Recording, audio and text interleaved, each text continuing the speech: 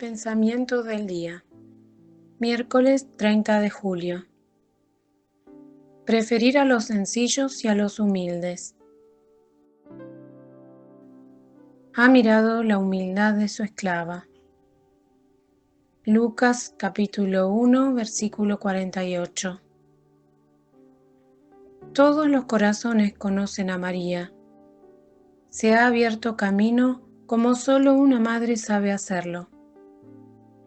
Pronunció estas palabras cuando ensalzó a Dios delante de su prima Isabel en el Magnificat. Humildad significa pequeñez. ¿Por qué Dios miró a María? Para elegirla entre todas las muchachas del mundo y encomendarle una tarea increíble: convertirse en madre del Hijo de Dios.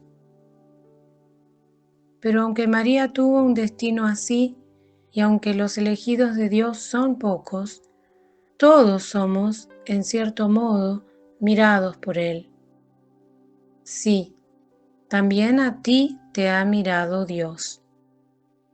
Él ha pensado en una magnífica historia para ti y ha previsto un espléndido designio para tu vida.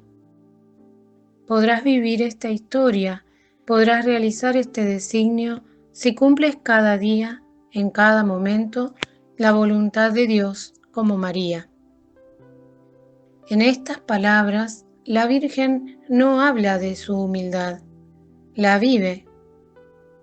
No es lógico presentarse al Señor con una apertura completa a su palabra, con una disponibilidad absoluta a su querer y con plena conciencia de su pequeñez. María es así, y con esta actitud colabora del modo más eficaz a la acción de Dios. Él prefiere a los sencillos. ¿Dónde fue a buscar a sus apóstoles? ¿Dónde a un Juan Bosco? ¿Dónde a una Bernadette o a los niños de Fátima?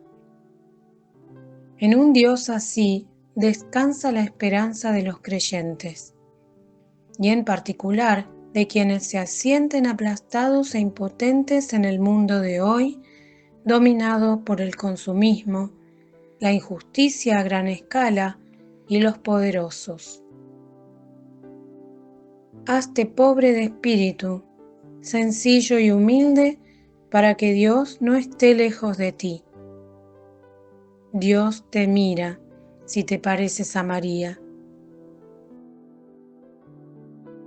Chiara Lubich, fragmentos del comentario a la Palabra de Vida de diciembre de 1979.